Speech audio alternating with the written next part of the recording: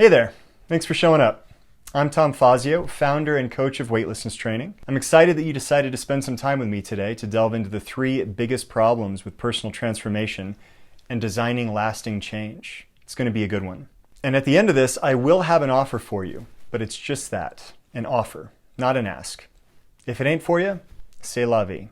We're going to have a great time over the next 40 minutes or so, and you will find a few morsels to take away that will impact the rest of your life. So, win, win, win. Win, win, win. No. As promised, I'll be talking about how one short parable and three innocuous items hold the key to unlocking your deepest potential and designing more weightless moments in life.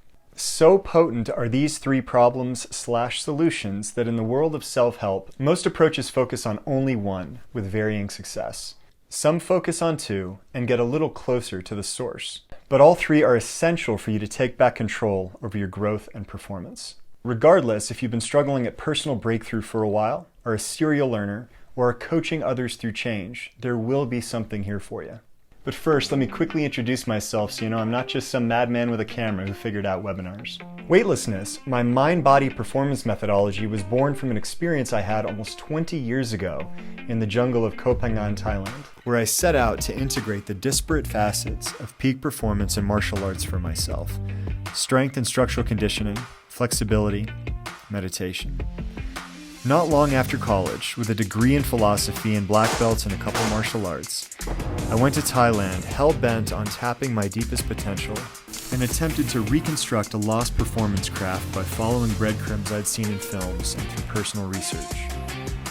And for months I lived in the jungle of Koh Phangan and found myself morning and night strapped with weight attached to my ankles and torso, sprinting through the forest and leaping in and out of holes, coordinating my movements with old breathing techniques. After a few months of grueling work, I felt light as a feather, both physically and mentally. I felt weightless. And I gained an insight that would forever change my life. I discovered that weightless moments can be designed. Nearly a decade later, I owned and operated one of Shanghai's most premium boutique personal training studios, Enso Temple. In between, there were a slew of experiences, locations, and teachers, Shaolin monks and yogis, entrepreneurs, and coaches that helped me understand what I discovered in the jungle in greater depth, its relevance, and eventually, how to translate it to others. And while personal training allowed me to help a number of people through physical transformation, I realized fitness alone doesn't cover the spectrum of what ails us, and I made the hard determination to teach weightlessness and nothing less. If it could do what it did for me in the jungle, it could do the same for others. And it did. And it does. Since I made that transition, I've published a few books about it, taught weightlessness via MBA immersions and YPO retreats, in-person 100-day tribes in Shanghai, and remotely to leaders, coaches, and mind-body enthusiasts worldwide. I'll elaborate on that a touch toward the end, but suffice it to say, the weightlessness process has been tested by fire and held up when it matters most, under real-world pressures with high performers. And now, what you came for. Let's start with that short parable. The parable of the strawberry. A man traveling across a field encountered a tiger. He fled, the tiger chasing after him.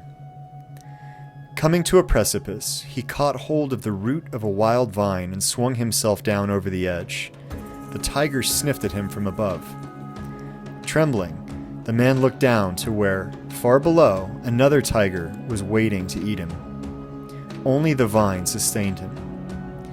Two mice, one white and one black, little by little started to gnaw away at the vine. The man saw a luscious strawberry near him. Grasping the vine with one hand, he plucked the strawberry with the other. How sweet it tasted.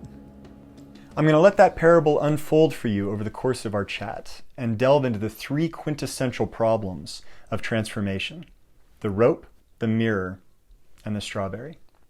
Problem the first, the rope. A man traveling across a field encountered a tiger. He fled, the tiger chasing after him. The rope is your trigger. It's the first gate we have to unlock, or nothing else works. We've all had that experience. You saw that coiled rope on the ground and leapt, reacting as if it's a snake. Or perhaps it's a funny-looking fuzzy thing you take for a spider.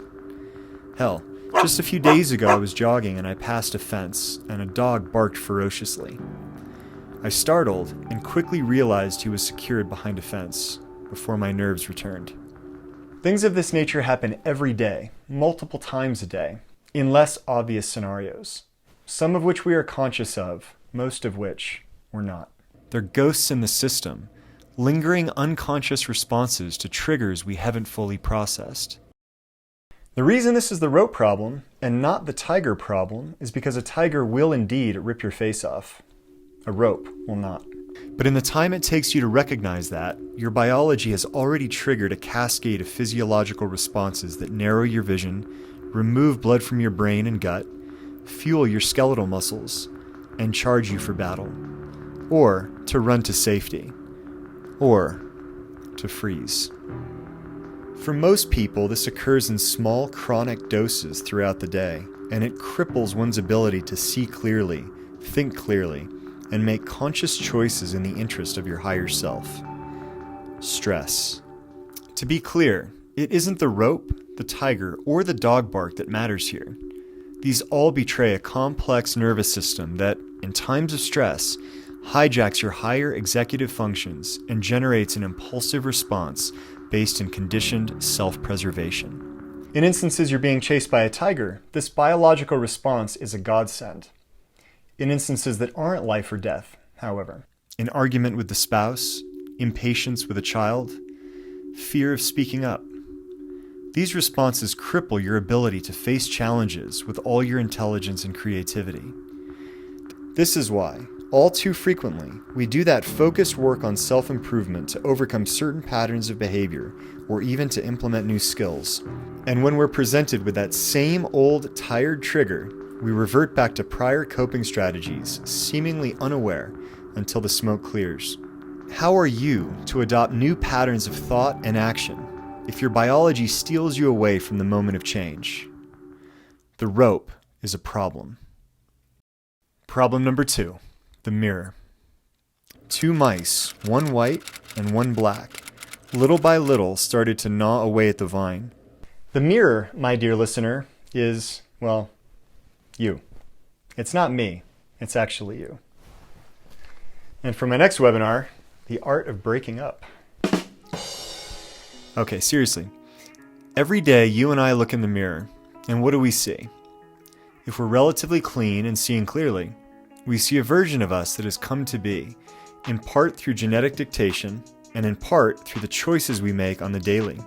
The foods we eat, the stress we carry, the fatigue or sharpness we've designed. The mirror problem is simple. Daily experience is dominated by your reflection. Over your lifetime, starting from a very young age, you've generated and practiced thought and movement patterns that have helped you navigate your world, for better or worse. As you matured, your worldview, with all its metaphysical, ethical, and abstract ideals, evolved. So much so that you can rarely have a taste of dessert at a restaurant without judging its quality or comparing it to other desserts of that kind, or other desserts of any kind. You don't actually taste it, you judge it. So rather than your experience reflecting what is, a fundamentally novel moment that will never be repeated and that could be savored, you live it against your memories, values, and desires. You taste you, not it. This might seem unnecessarily abstract, but I promise you, it's not. It's at the crux of personal change and the key to unlocking our second gate. So conditioned is your mind-body that 90% of your day is automated, running practiced algorithms in a brainwave frequency of beta, literally called the default mode network. Default. It's not called the conscious mode network. We're drifting in automation a large portion of the time. This is a particularly useful mode of operating when performing routine tasks with little variance, because it streamlines the process and demands less energy of us. But for matters of life, love, art, and creation of any kind, work that requires insight, perspective, and heart, it's a disaster. This can range from impulsively grabbing your phone before realizing there was no conscious decision to do so, to brash and aggressive reactions to a partner or colleague's statement when no ill intent was present, to road rage when you're cut off by another automated driver. Growth is about the novel, the new. It's about change. The mirror doesn't change. It blocks you from seeing the present by reflecting the past. Without destroying the mirror for at least a few moments, how can you see clearly enough, feel deeply enough, and care enough to choose better ways of being in the now? The third problem, the strawberry. The man saw a luscious strawberry near him. Grasping the vine with one hand, he plucked the strawberry with the other. The strawberry is a higher order problem. In fact, it's the problem that most coaches and self-help gurus focus on, because if you overcome it, it leads to tremendous impact and personal growth. But if one still falls victim to the rope and sees only their reflection in the mirror, this problem not only will not effectively be addressable, it may not even seem like an actual problem. At its core, the strawberry is about making the unconscious conscious. It's about transcending conditioned patterns that bind you to the past and impulses that steal you from the moment. It's about living fully, right here, right now. I know what I ought to do, but I still don't do it. How many times have you heard that from someone in the throes of change? How many times have you said it yourself? How different would life be if something just clicked, and all of a sudden all those little things you know you ought to do were in fact chosen? What does that version of you look like? We're talking about the moment of choice, and therefore the moment of change. It's an altogether baffling problem, because you often know, in the moment, you shouldn't be reaching for the chocolate bar, scrolling through social, or retreating from an uncomfortable conversation. And yet, the burdens you carry, the anxiety, the doubts, the regrets, countless moments of unnecessary suffering and disempowered living. Anxiety, the tiger.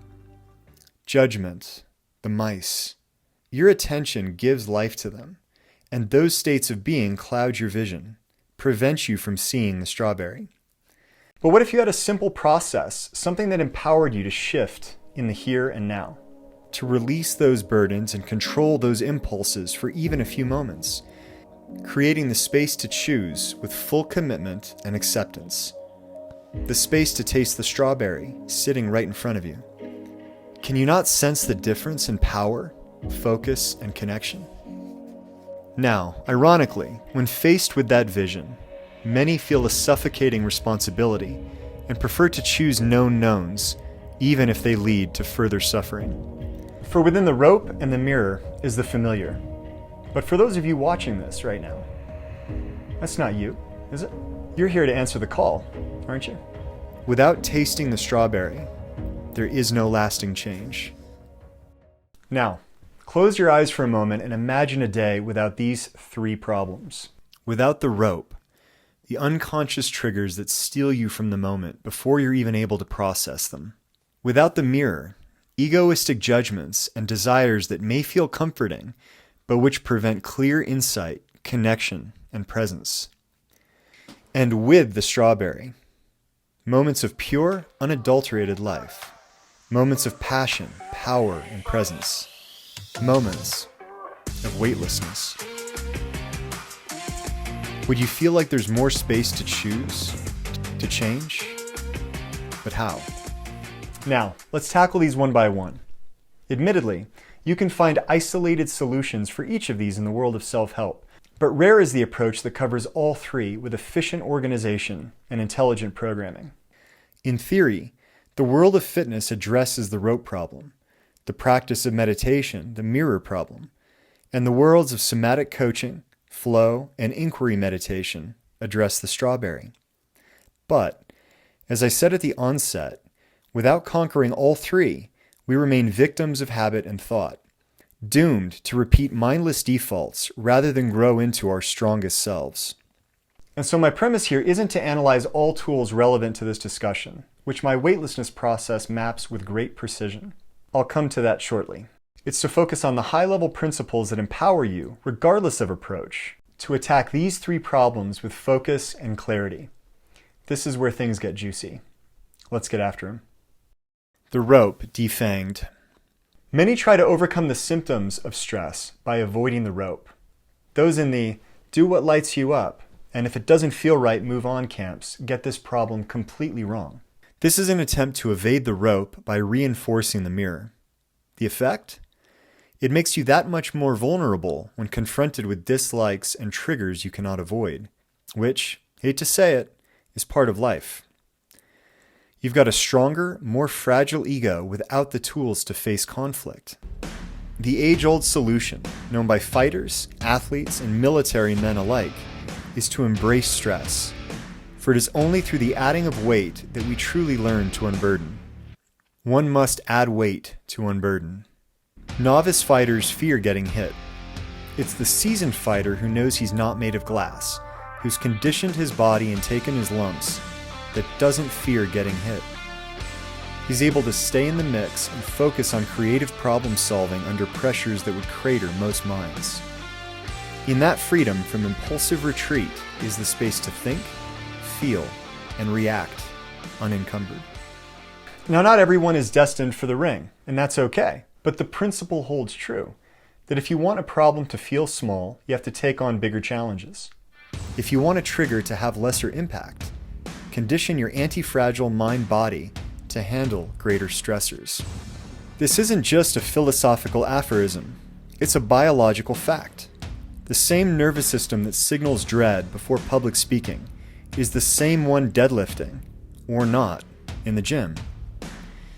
Resilience to stress is a global, systemic phenomenon, meaning even things like the strength of your connective tissue, the ratio of fast to slow twitch muscle, your physical structure or posture, and your breathing patterns are not relegated to short-lived training sessions.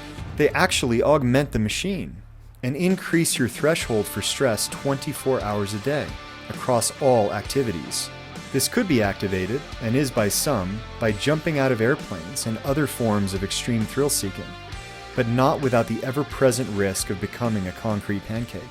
And that outcome is binary. You either live or you die, and you can't exactly practice not dying if your equipment fails. And this is a critical insight. Clearly, we must apply stress in order to grow, but not all stressors are created equal. Our biology is adaptable, up to a point, beyond which we risk injury, trauma, or loss of confidence. So we need enough stress to ensure growth, but not so much that it weakens us. Stress that leads to growth can be prioritized along a few key filters. Is it progressive, symmetrical, measurable, structural, intense, and scalable in fashion? If it isn't clear, strength and conditioning, the right variety and of an appropriate degree, fits that bill better than any other practice or craft. The gym is a laboratory where we study our resilience to stress in safe and measurable ways. And clearly, some forms of training approximate those filters better than others. That is the science of strength and a central pillar of weightlessness training. Without going into great depth on each filter, which would require another webinar, I'll leave you with this simple heuristic. High tension over low tension. High intensity over low intensity. Impact over no impact. Does this mean that the latter is of no value? No, not at all. It just means that in the game of resilience, the former cannot be neglected without consequence. The rope doesn't really care how long you can jog, but it does respect how much you can lift. The mirror shattered. The mirror problem, like the rope problem, can also be reduced to capacity development. This is important because mindset alone cannot overcome the pitfalls of egocentric experience. You can't simply cognize the problem and arrive at the present. You have to actually feel it. Mindfulness practices can be an excellent way through this problem. For example, as you're watching this, are you aware of your breath? Do you sense the pressure of the seat beneath you? Is your physical posture consciously set or absent-mindedly arrived at? Are there simultaneously sounds in your environment? Temperatures, hot or cold? Internal sensations of hunger, fullness, fatigue, inflammation. These sensations are your present reality, at least part of it. But you can see how easy it is to feed one part of you, the curious mind, and overlook so much information. Now, weightlessness is one of the few mind-body crafts that I'm aware of that doesn't vilify the ego. It has its place, and in fact must be enhanced in key ways to cultivate things like grit, fortitude, motivation, and even passion. But you won't transcend the symptoms of ego by comprehending the ego. You transcend them by destroying the mirror, at least temporarily, and activating environmental and visceral sensation, known in the world of somatic experience as exteroception, or the five senses, interoception, sensations stemming from the organs or fascia, and proprioception, your sense of body in space. Essentially, becoming increasingly aware of your body in space and paying deep, undivided attention to the changes therein. Becoming more sensitive. I'm not speaking about the common colloquial application of that term, of being emotionally fragile. I'm speaking about the skill of awareness. Not conceptual self-awareness, but embodied self-awareness. So rather than your mind moving from each of the cues that I gave you before, from breath to seat to temperature to sound, etc., can you expand your awareness to encompass all those sensations simultaneously? That is sensitivity, at least with training wheels. Sensitivity is what allows the fighter to react at lightning speed, the entrepreneur to intuit the need for a critical pivot, the husband to sense discord with his wife, and our man on the vine to see the strawberry with tigers lurking and mice conspiring. It's a superpower. Practicing sensing, a la mindfulness, is a classical and effective approach. But as anyone who's tried to teach any form of meditation can attest, it has a low retention rate, and it rarely works under pressure without other forms of conditioning or a high level of skill.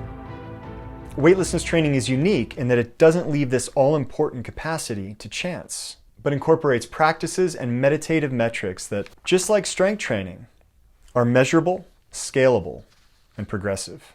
But regardless of personal approach, enlivening the senses opens the door to clear perception of the present, and therefore, the ability to adapt and change quickly.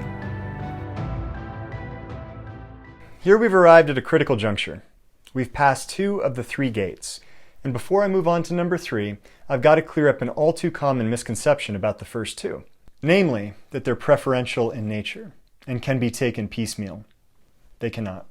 Each, while offering profound benefits in the process of becoming, also generates risks that only the other one can alleviate.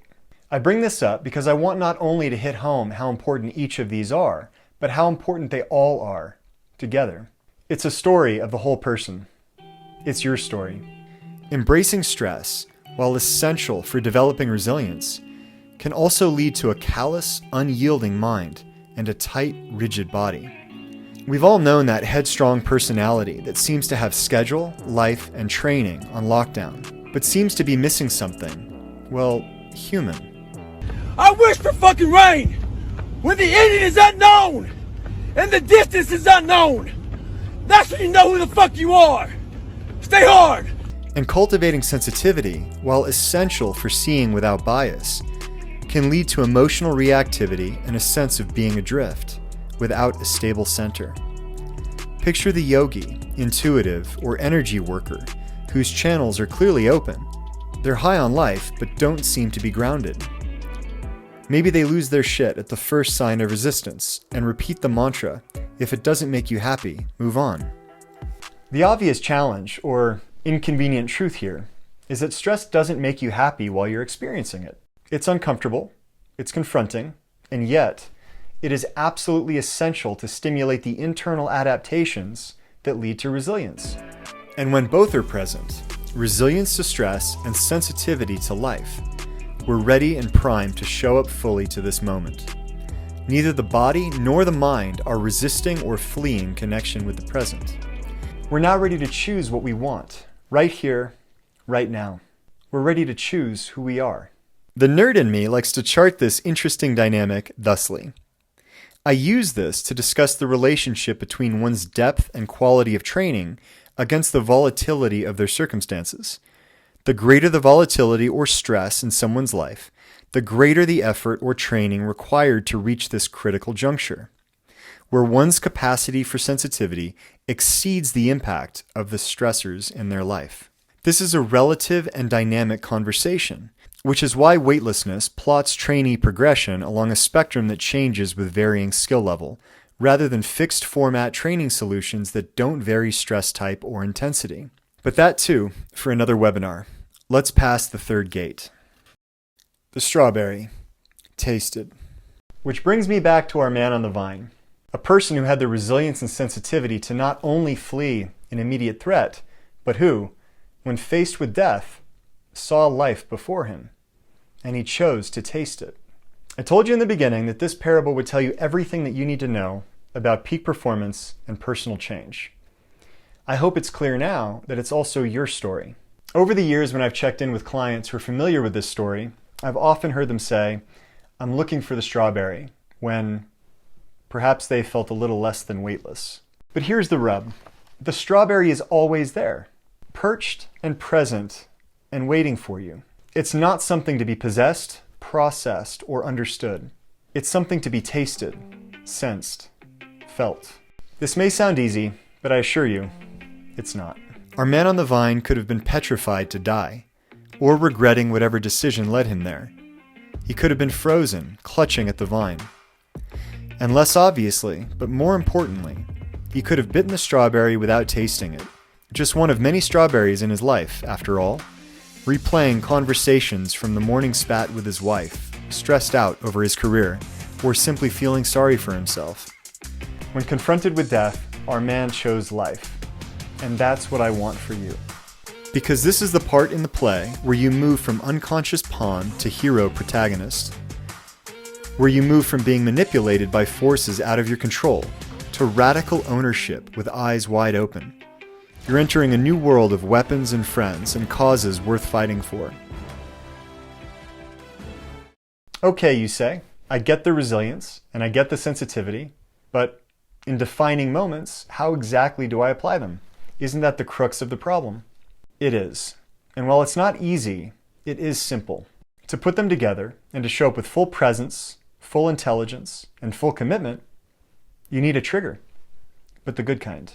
In most somatic arts, and even in weightlessness training, we might summarize this simple mind-body trigger as center, sense, and shift. While centering can and should have a structural component that approximates symmetry and balance in the body, it should really be seen as connecting with the present. With practice, this immediately defangs any ropes present, conscious or otherwise.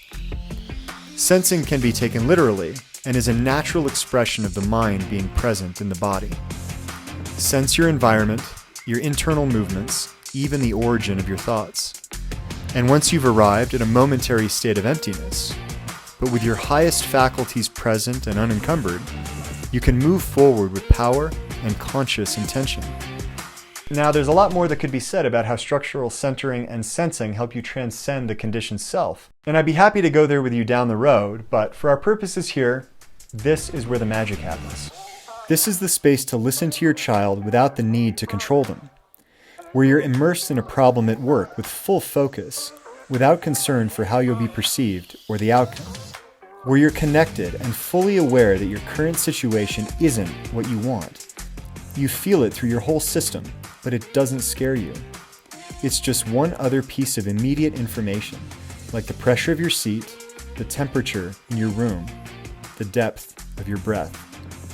You're free to choose. Are you weightless? So, we've come full circle together. We've discussed a parable that embodies everything that we need to know about performance, and we've identified the essential practices that get us from where we are to where we want to be, in control, empowered, and present. We've learned that to defang the rope, shatter the mirror, and taste the strawberry, you must embrace stress, cultivate sensitivity, and with conscious awareness, choose how you want to show up from one moment to the next. If that's something that resonates and you feel equipped to take it and run with it, then I wish you the best of luck. And if that resonates and you're not quite sure where to begin or how best to apply the principles we've discussed, it's okay, you're in good company. I can tell you from personal experience that there is no way that I could have dissected these problems and designed a solution that efficiently addresses them in less time than your average gym goer spends on his/her body each week without the many martial arts masters, monks, and coaches who mentored me over the years. Not to mention the refinement by fire that occurs throughout the teaching process, where tools are implemented, tested, and either enhanced or discarded based on real trainee results. All of this has informed a process that truly delivers. And if none of this resonates, well, you have a heart of coal and you get no ice cream for dessert today. Look, I wish I could encapsulate the value of the weightlessness process. I can't. It's meant different things to so many.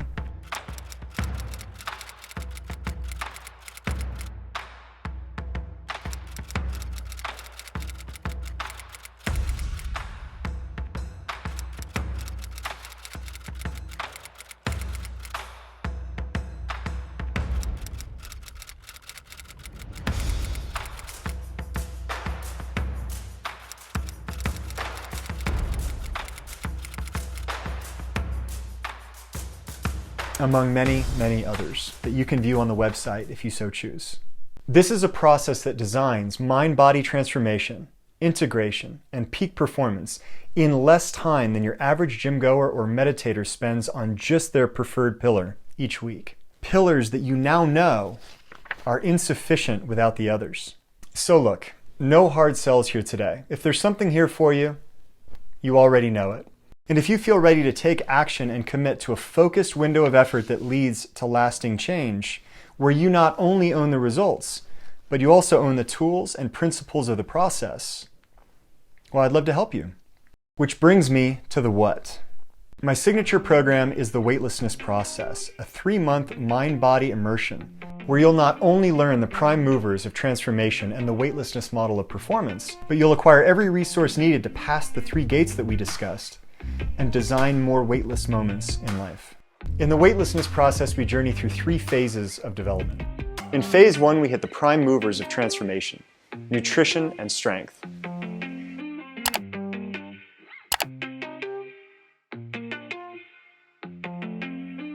In phase 2, we dissect the essence of mind-body integration, tensegrity and the meditative mind.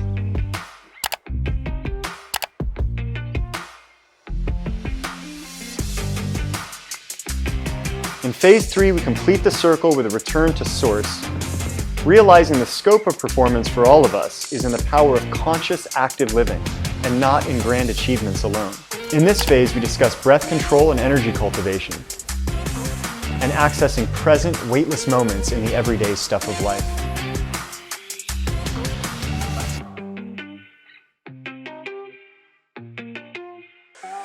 Throughout, you'll be executing a personalized prescription that embodies all of these facets, with all in support from myself and your tribe. So hey, if some of this is intriguing and you want to know more, or you're chomping at the bit to dive in and join a tribe, reach out. We got one of those button things somewhere around here, and you can schedule a call with me. It will be me on the other end of the call. I do vet everybody that goes into the program and want to make sure it's a great fit. You're not going to find me selling, that's for sure. It's really, where are you at and can I help you to a better place? And then the ball's in your court, okay? And if you feel like it's interesting but maybe not the right time for you, I've got a lot more information on the website. Program, structure, and curriculum, plenty of testimonials, a lot more information, and I've written a few books that go into the why and what of weightlessness if you need something more long form. So plenty there for you to kind of look into if you want. And if we decide that the program timing or structure is not quite right for you, I occasionally take on private coaching clients. But let's talk first and see where best to direct you. And hey, whether you move forward with me and weightlessness, or you've got things on lockdown and can apply the stuff that we've talked about yourself, fantastic. But don't let today close out without tasting the strawberry. Be weightless.